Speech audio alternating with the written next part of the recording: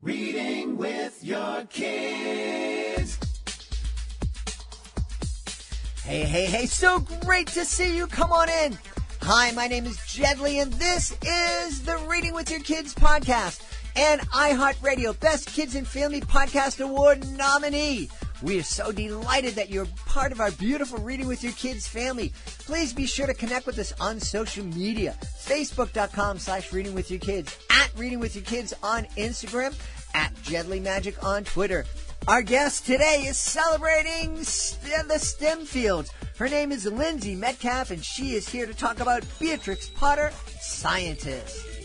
Speaking of the STEM and STEAM fields, if you're not familiar with what those terms mean, if you've been living under a rock, STEM, science, technology, engineering, mathematics, STEAM, you add the A, add the arts to that. Science, technology, engineering, arts, mathematics.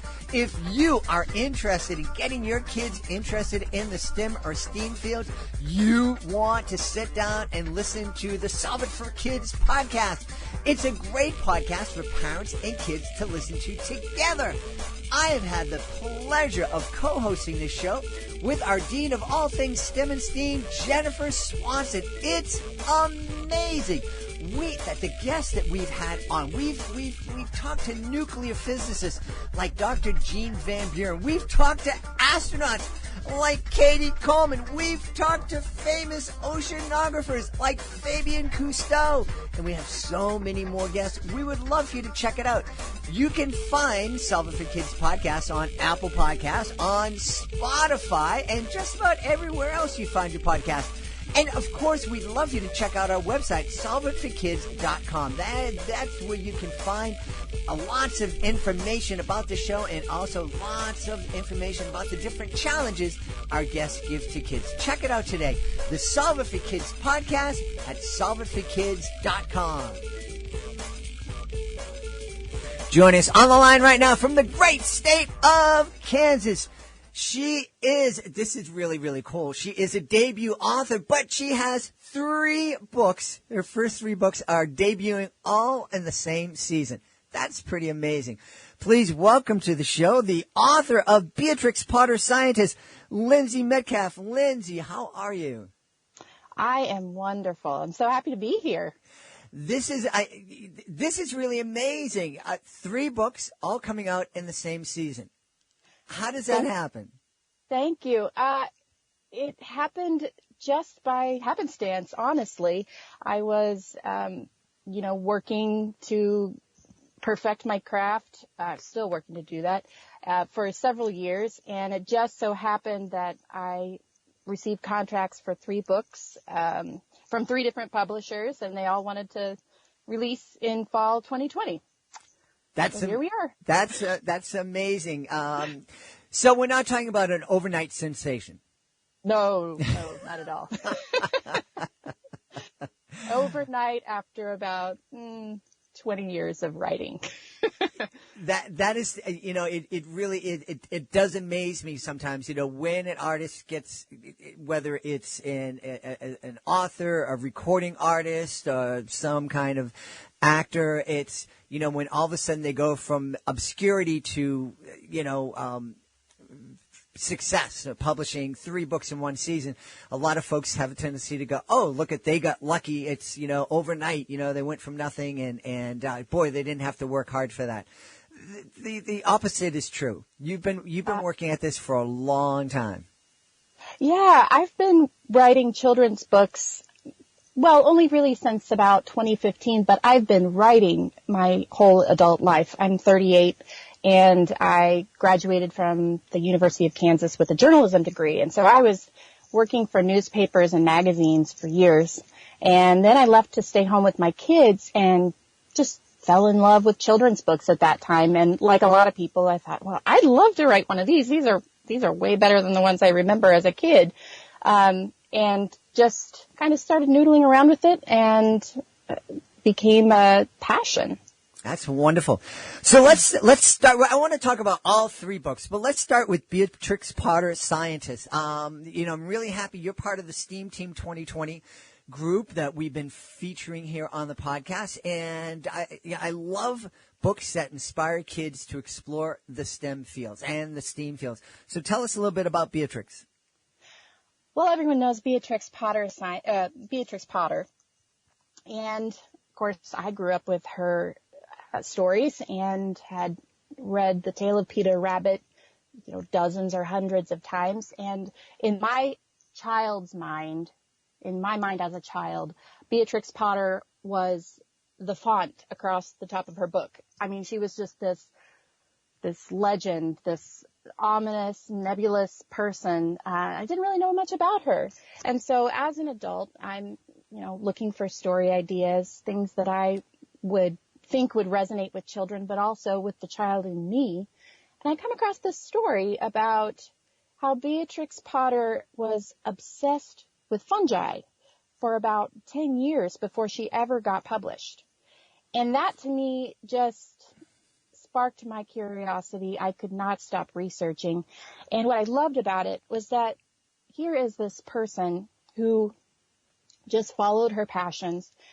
She ended up studying mycology as an amateur, and, she didn't really ask for permission from anyone. She didn't go to school for it. She just started down this rabbit hole, so to speak, and took it as far as she could. But as a child, she just was, she came into it because she was traveling with her family in Scotland and Northern England, the Lake District, and just became enchanted with nature. And to me, what really resonated with me was someone who is multifaceted. She had done scientific illustration as a kid and really wanted to learn about how nature and natural things were built. And she would have pets. Everybody knows she had rabbits, but she also had newts and snakes and mice and guinea pigs. And she would sketch them to make sure she had their form correct. And she would do this with botanicals, and eventually she ended up really focusing on fungi. But when the scientific field didn't pan out for her, she didn't lose hope. She had been writing these picture letters to children in her life, children of a friend of hers, and decided that she could use her talents to write children's books. She had always taken a journal, and fortunately for me, that's what I used to do much of my research. And she was a good writer, and she was an expert artist, and she just reinvented herself. And she did this several times over her life. She was also a sheep farmer, and she bought up tons of land in the Lake District in England, and now it's preserved as part of the National Trust. And I just love that about her. I love that she had so much to give, and she was not just a single story herself. That's really wonderful. And I think it's a really important lesson, too, for our kids in that, follow your passion and don't let anybody tell you that you don't have the right to follow that passion. And, if the traditional routes, if the traditional doorways are closed to you, there's lots of different ways to follow that passion by making your own routes. Absolutely. And she inspires me personally. I mean, as a writer, how many times do I get rejections? It's almost daily, but just have to remember that it's something that you just keep putting yourself out there, and eventually something will click. Awesome. What, I guess, the question is, what drew you to this aspect of Beatrix Potter?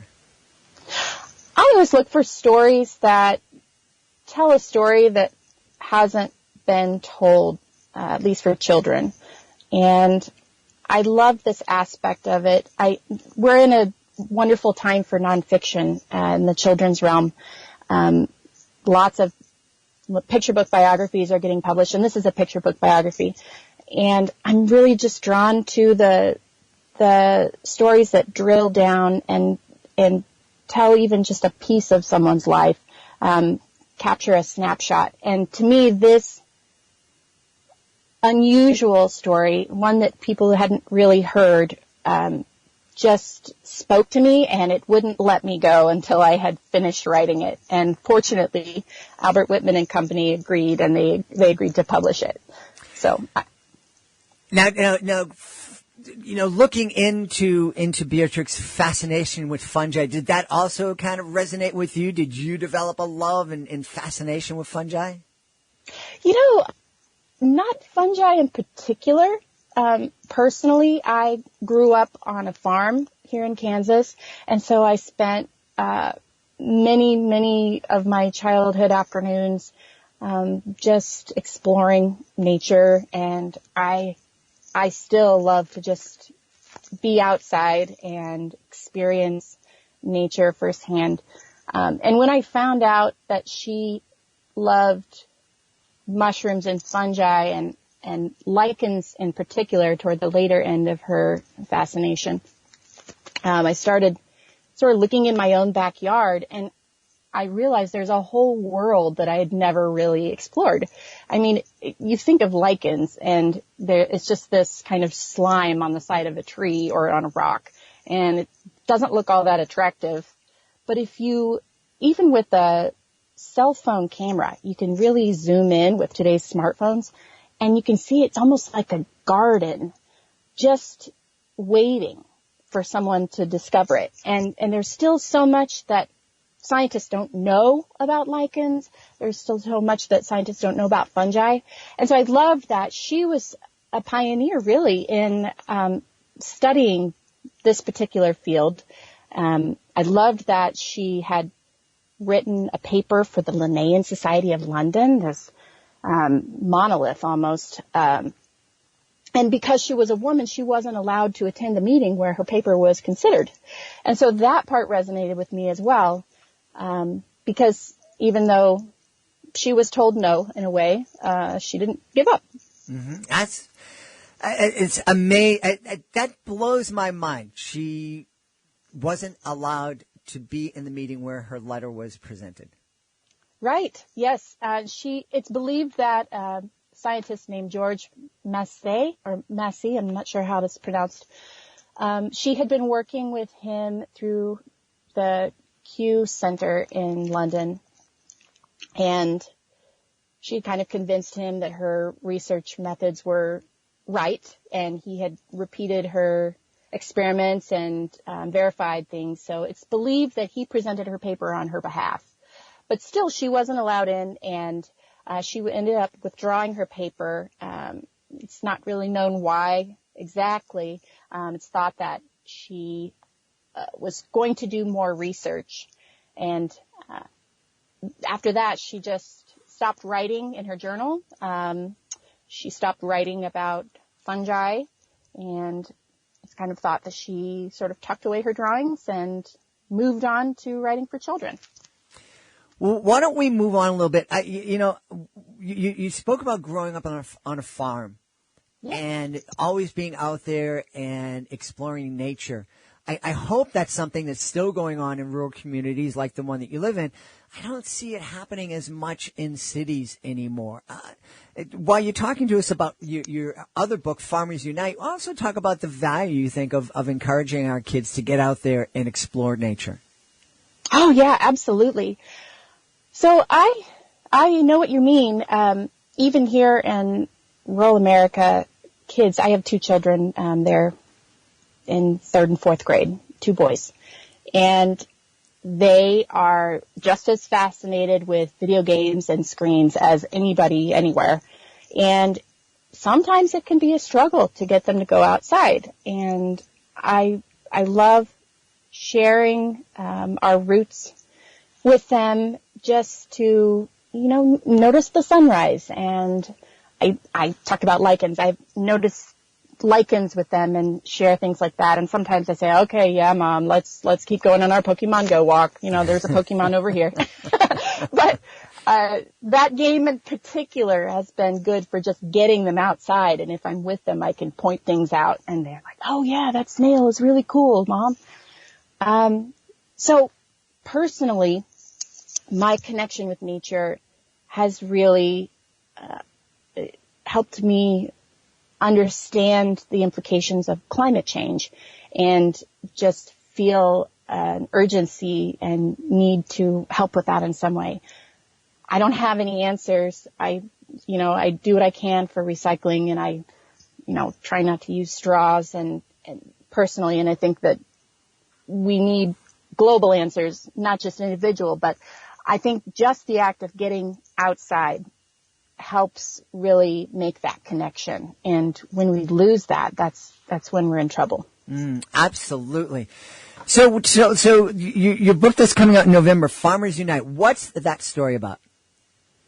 Yeah, so that is kind of close to my heart. I grew up on a farm, and I live in a community where my family still farms. My father is in his early 70s, still farming, and two brothers have done that as well.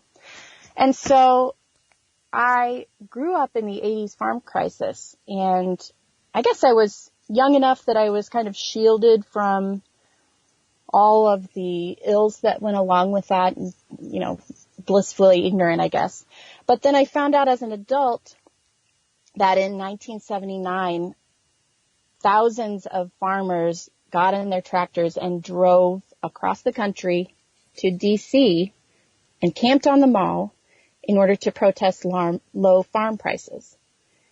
And I found out about this because we have a local event called Prairie Plowing Days, where some farmers get out their antique equipment and show how the land was first plowed on these, they're called gang plows, and they have a platform that multiple people stand on, and they literally lower each blade into the ground. But this one particular farmer brought out his tractor from this 1979 event, and on the back there was a sign that said, Washington, D.C., or busted. And this just blew my mind. I had never heard of this event, and I started researching again. If a story, grabs me in my curiosity, sometimes I just go down this hole of research and I don't come out. So then I found out there was a group called the American Agriculture Movement, and it was grassroots.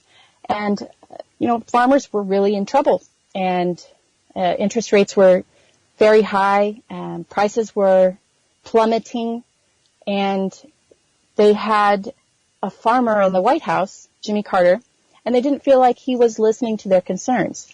So they banded together, and thousands of tractors ended up at the mall, and there was some rabble-rousing, you might say. The D.C. police didn't know what to do with them because there was such a traffic jam, and so they corralled them on the mall with all of the buses and city trucks and police cars that they could find. And so they literally penned them in this mall, and people started kind of spinning their wheels, and they had an old tractor that they burned, and so it got a lot of press, negative press at the time.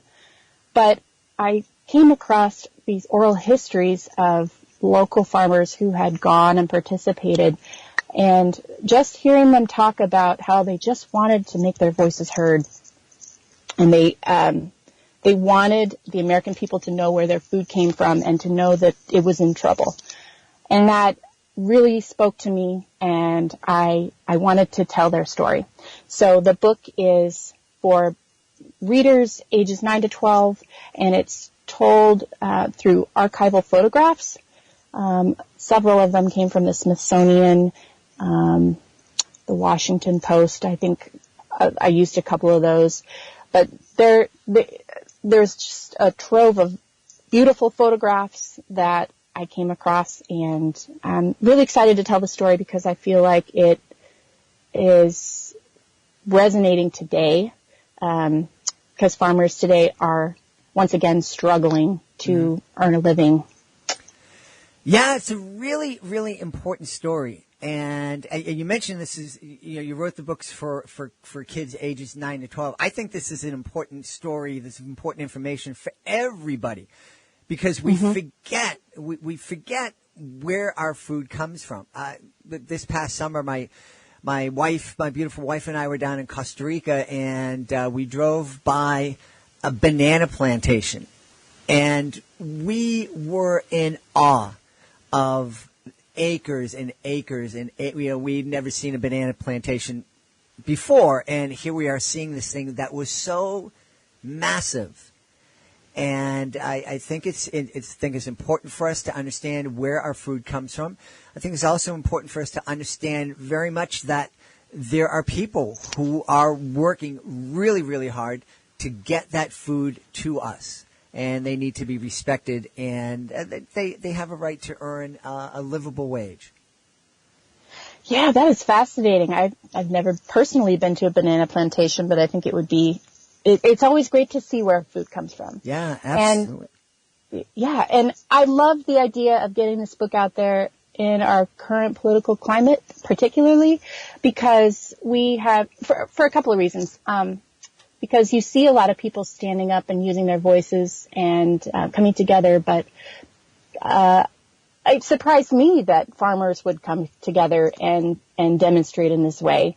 As someone who has grown up around farmers, I have not really seen them unite in such a way. So I wanted to show people that all kinds of groups can use democracy to their favor. And I also wanted to show people that on a farm and people who are making our food, may have one image in the media now. They may be expected to, vote a certain way, but their voices have something to say, and they want to be heard. And it may not be what you think they are going to say. Amen. Well, I think this is a perfect segue to go to the third book that's coming out this season, No Voice Too Small. Tell us about that, please. Yeah, so this is my editorial debut. My byline is edited by Lindsay H. Metcalf, and I co-edited it with some friends, Jeanette Bradley and Keela Dawson. And Jeanette is illustrating No Voice Too Small. And we wanted to write about kids who are using their voices. We came together in, let's see, what year is it? 2020? So we came together in 2018, I believe. There was an initiative called Kidlit Women. Some women in the kidlit industry had come together to talk about what women in the industry face. And we started having this conversation about voices that are not often amplified. And we noticed that a lot of kids were speaking out about various things. Obviously, the Marjorie Stoneman Douglas kids who talked about gun rights were in the news, but there were also people like Mari Kopeny in Flint, Michigan, talking about clean water at age 10. And kids like Ziad Ahmed, who is in the Boston area, I believe, and his initiative was to talk to everybody in his high school just to have a conversation so that they can realize that the barriers that we perceive are not always there. We have more in common than we think with one another. Mm-hmm. So we started noticing that we had so many of these kids that we had found. Some of them are young adults, but it was enough to make a book, and we decided a great way to present this was through poetry. Ooh. And so we started inviting lots of established poets and kidlit authors to contribute, and to our great joy and surprise, everyone that we contacted, or almost everyone, said yes. And so we have, New York Times best-selling and national award-winning poets such as Nikki Grimes, Tracy Sorrell. She's a Cherokee author in Oklahoma. Nikki Grimes has won the used to be called the Laura Ingalls Wilder Award. Now it's called the Children's Literature Legacy Award from the American Library Association. People like Henna Khan, who's a Muslim American writer, and Andrea Loney, just on and on, people who wanted to help tell these young people's stories. So we're really excited about this one. It's for children about ages 5 to 9, and it'll have multiple entry points. You can either, read one page at a time, or you can digest it all as a book. And hopefully kids will be inspired to speak up and use their own voices in whatever way they'd like to make change in their community. That is awesome. Hey, Lindsay, tell us where we can connect with you online and find out more about you and find out more about these great books. Yeah, thank you. My website is lindsayhmetcalf.com, LINDSAY Metcalf, METCALF.com. And I'm on Twitter, pretty active on Twitter at Lindsay H. Metcalf. And I'm also part of, like you said, the STEAM Team 2020. That's STEAMTeamBooks.com. And I'm part of a group of debut children's book authors, or picture book authors, called the Soaring 20s. And our website is soaring20spb.com. That is awesome. We've been speaking to the author of 3 great new books that are debuting in the fall. Beatrix Potter Scientist, No Voice Too Small, and Farmers Unite, all written by our guest, Lindsay Metcalf. Lindsay, thanks so much for being part of the show. Thank you. And can I just say, I forgot to mention the illustrator of Beatrix Potter Scientist. Her name is Junyi Wu, and she's a wonderful upcoming illustrator who happened to illustrate a Newbery Honor book this year. I'm so excited for her. That book is called Scary Stories for Young Foxes. So I encourage everyone to check that out as well. Absolutely. And I have to take my hat off to you. If my daughter was here right now, she would stand up and give you a round of applause. She's in the music business, and she always loves it when, you have that artist out there who has the big name that everybody paid to see. And when they take the time to acknowledge the people that are helping them make the music, it just makes my daughter smile and makes her so happy. So I'm very happy that you acknowledged your illustrator. Thank you so much. Oh, thank you. Well, with picture books, it's not a picture book without the illustration. So it's half the story. So it's definitely important to always mention them and acknowledge the hard work that they do. Amen. Lindsay, thanks so much for being on the show. Yes, thank you for inviting me. I had a great time. Please be sure to join us for the next edition of the Reading with Your Kids podcast. Our guest will be D.M. Henry Welch. He is here to talk about Wrong Place, Wrong Time. This is a very, very powerful interview about a book that takes a look into the juvenile justice system in the United Kingdom, but a lot of what's going on in the United Kingdom around juvenile justice is certainly pertinent and happening here in the United States. So you don't want to miss it. Subject that's near and dear to my heart, and it's I think that you'll get a lot out of it. The next episode of the podcast, D.M. Henry Welch. We want to thank the folks who made today's show so very wonderful. Of course, we want to thank our guest, Lindsay Metcalf. 3 books coming out together. Talk about hitting a home run for a debut author. Check it out today. Also want to thank my amazing producer, Fatima Khan. I want to thank my beautiful wife for all the support and love she gives me. I want to thank you. Thank you so much. It's been such a difficult and challenging year for all of us, hasn't it? But we're making it through. We're getting it through. And your kids are so appreciative. I know they drive you up the wall sometimes. And I know it doesn't seem like they appreciate it, but they really do. And I appreciate everything you do for your kids. I especially appreciate it when you take the time to make the world a better place by reading with your kids. I'll be looking for you in the next edition of the Reading with Your Kids podcast.